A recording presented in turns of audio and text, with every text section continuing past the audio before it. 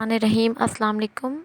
I hope you all fine. Okay, now we start the chapter data and privacy, which is a fourth chapter of the book.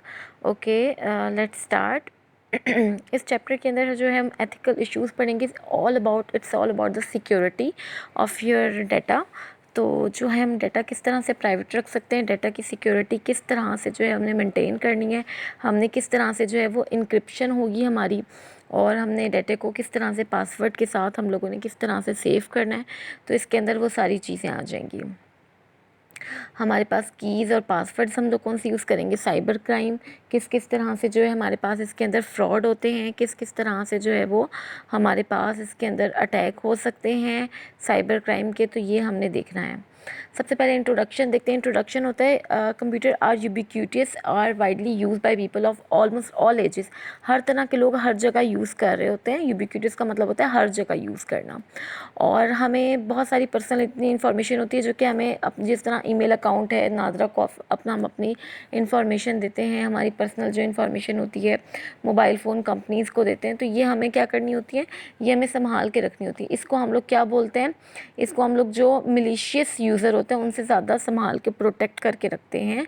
Malicious user ये होते हैं जो कि unauthorized person होता है, जिसको permission नहीं होती डाटा यूज़ करने की, तो हम उससे बचा के रखते हैं अपना डाटा. तो उसको हम प्राइवेसी और इंफॉर्मेशन प्राइवेसी बोलते हैं. एथिकल इश्यूज़ हमारे पास क्या होते हैं कि हमारे पास किस तरह से कुछ प्रिंसिपल्स हैं, एथिकल प्रिंसिपल्स हैं डाटा सिक्योरिटी के. हमने डाटा को किस तरह से छुपा के रखना है, और हम उसमें देखते हैं कि डाटे को हमने, अब ये आपकी रिस्पॉन्सिबिलिटी होगी कि आप डाटे को किस तरह से अपने पास हाइड करके रखते हैं. सबसे पहले हमारे पास कुछ सिक्योरिटी इश्यूज़ जो हमारे पास आ जाते हैं वो confidentiality, privacy, fraud and misuse, patent, copyright, trade secret और सैबोटेज. कॉन्फिडेंशियलिटी और प्राइवेसी जो है वो हमारे पास क्या होती है कि हमारे पास जो डाटा होता है वो हमारे पास बहुत ज़्यादा कॉन्फिडेंशियल होता है, मतलब वो हमें संभाल के रखने वाला होता है. उसमें इंफॉर्मेशन ऐसी होती है जो कि हम नहीं चाहते कि हमारी, अगर हमारी कंपनी है तो उसकी इन्फॉर्मेशन जो है बिज़नेस ट्रांजैक्शन की, कि हम एक जगह से दूसरी जगह पैसे सेंड कर रहे हैं, बैंकिंग ट्रांजैक्शंस हैं जो हैं वो हमारे डिफरेंट कंपिटिटर्स जो हैं उनको ना पता चलें. ठीक है, तो उनको बचा के रखना. फिर आपके पास जो मोबाइल कंपनीज़ के पास इन्वॉइसेस और बिल होते हैं वो भी संभाल के रखने होते हैं. ठीक है ना, ये भी कॉन्फिडेंशियल होता है. बहुत सारा डाटा जो होता है वो हमारे पास कॉन्फिडेंशियल होता है. ठीक है, जो हम डाटा कलेक्ट करते हैं अपने पास स्टोर करते हैं, जैसे कि क्रेडिट कार्ड्स के डाटा है, ऑर्गेनाइजेशन फंड रेजिंग है, जगह हम पैसे इकट्ठे करते हैं, डिफरेंट कैंपेन्स करते हैं, ओपिनियन पूल्स होते हैं कि हम लोग जो है वो लोगों से ओपिनियन ले रहे होते हैं, और होम सर्विसेज होती हैं, ड्राइविंग लाइसेंस होता है, अरेस्ट रिकॉर्डिंग होती है, मेडिकल रिकॉर्ड्स होते हैं. ये सारी चीज़ें जो होती हैं, ये इसके अलावा भी बहुत सारी चीज़ें होती हैं जो कि आपके पास क्या होती हैं, कॉन्फिडेंशियल होती हैं. The potential threats to privacy include the improper use of computerized data. If a company sells email IDs and number, अच्छा ये कंपनी की ड्यूटी है, कंपनी की अपनी मार्केटिंग के लिए अगर कंपनी जो है वो आपकी आईडीज़ और ईमेल आईडी सेल करती है तो कंपनी की जो है वो रिस्पॉन्सिबिलिटी है कि आपका ये कॉन्फिडेंशियल डाटा है, इसको अपने पास स्टोर करके रखे, इसको अपने पास सेव करके सिक्योर करके रखे. ठीक है ना. हमारे पास कंप्यूटराइज डाटा इम्प्रॉपर वे में बहुत ज़्यादा यूज़ होता है. ठीक है, पायरेसी किसे कहते हैं, पायरेसी होता है इलीगल कॉपीज़ बनाना. ठीक है, किसी भी चीज़ की, वो या तो सॉफ्टवेयर हो, मूवीज़ हो, या कोई भी चीज़ हो, उसकी इलीगल कॉपीज़ बनाना क्या होता है, पायरेसी बोलते हैं उसे. ठीक है, जिस तरह से हमारे पास बहुत सारी विंडोज़ हैं, तो विंडोज़ ओरिजिनल तो बहुत महंगी होती है, तो मार्केट में हमेशा उसकी पायरेटेड जो है वो कॉपी आई हुई होती है. तो ओपन सोर्स को, लेकिन कुछ ऐसी, ये डू यू नो में देखें कि ओपन सोर्स जो है कुछ ऐसे सॉफ्टवेयर होते हैं जो कि अलाउ करते हैं कि जी हाँ आप जो है वो यहाँ से यूज़ कर सकते हैं, आप उसमें चेंजेस करके उसको सेल भी कर सकते हैं. Software piracy, software piracy is the illegal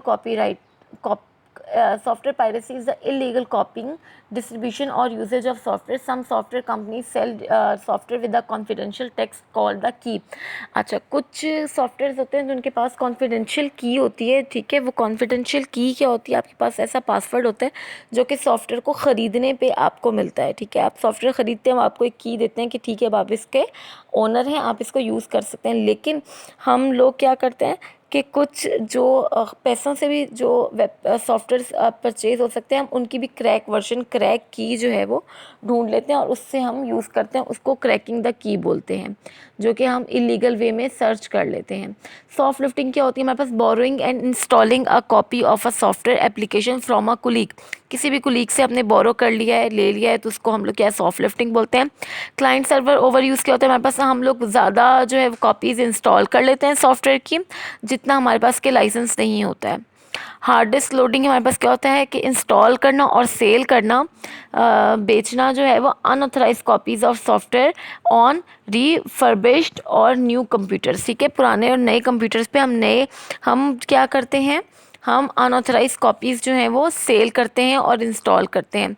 अच्छा, अब हमारे पास है counter fitting, duplicating and selling software having copyright.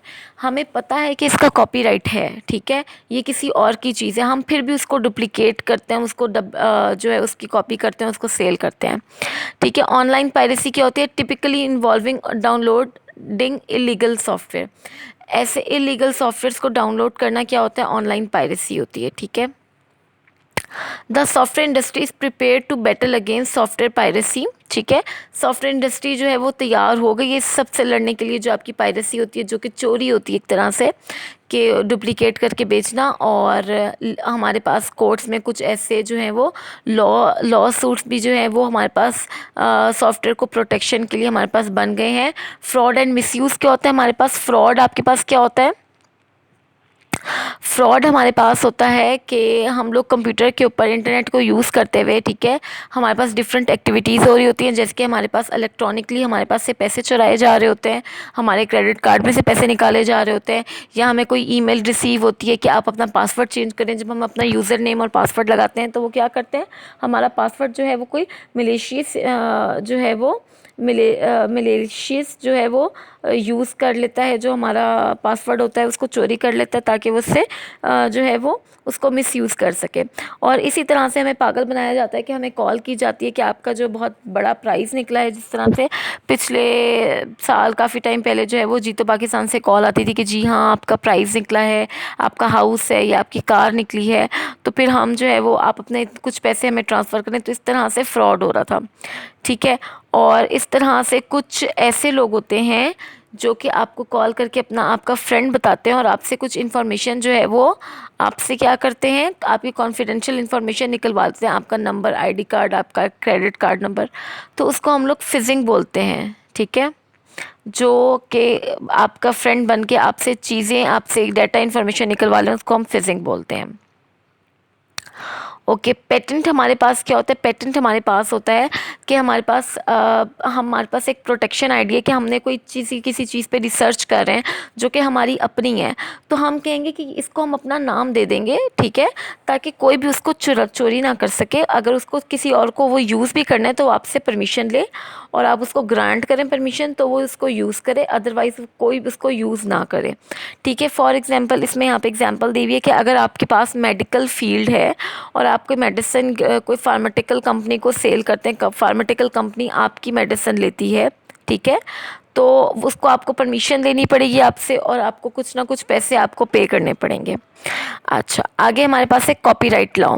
Copyright law हमारे पास कौन सा होता है कि यहाँ पे हमारे ये दो साइंस जो हैं वो किसी भी बुक, किसी भी वेबसाइट, किसी के नीचे ये साइन बना होता है, इसका मतलब होता है कि ये चोरी नहीं हो सकती, इसके कॉपीराइट्स जो हैं वो ऑलरेडी किसी के पास मौजूद हैं, उसको कोई और कॉपी नहीं कर सकता है। ठीक है। तो और अगर जो कॉपी करेगा उसकी फ़ोटोकॉपी, तो उसको हम इलीगल बोलेंगे, ये इलीगल एक प्रोसेस होगा। ठीक है। इसके सिंबल ये वाले होते हैं कॉपीराइट के। और हमारे पास जो है मोस्टली जो हमारे पास प्रोडक्ट्स होते हैं वो कॉपीराइट से जो है वो प्रोटेक्ट होते हैं। इस जिस तरह हमारी बुक है, इस पे भी ये ऐसा नहीं हो सकता कि हमारी बुक को पूरा का पूरा कोई और कॉपी करके अपना नाम लिख के नीचे सेल करना शुरू कर दे। MS ऑफिस है, MS विंडो है, ठीक है, तो ये सारी हमारे पास क्या है, ये हमारे पास जो है कॉपीराइट्स के साथ मौजूद हैं, कोई इनको चोरी नहीं कर सकता। लेकिन हाँ, फिर भी हम लोग क्या करते हैं, हम लोग जो है उसकी क्रैक वर्जन डाउनलोड करके उसको इलीगल जो है वे में उसको अपने पास डाउनलोड करते हैं।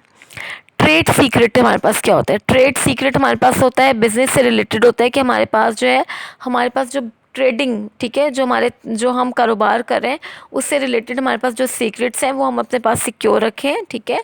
अपनी कंपनी की बहुत सारी जो हमारे पास यूज़फुलनेस जो इन्फॉर्मेशन है वो अपने पास संभाल के रखें, ठीक है। क्योंकि यहाँ पे बहुत सारा इस तरह से भी होता है कि बहुत ज़्यादा कंप्यूटर के थ्रू जो है सिस्टम्स को हैक किया जाता है डिफरेंट कंपनीज़ के, और उनका जो है वो डाटा जो है वो चोरी किया जाता है। For example there are many free services, email service, but we have few significant competitive advantage over others.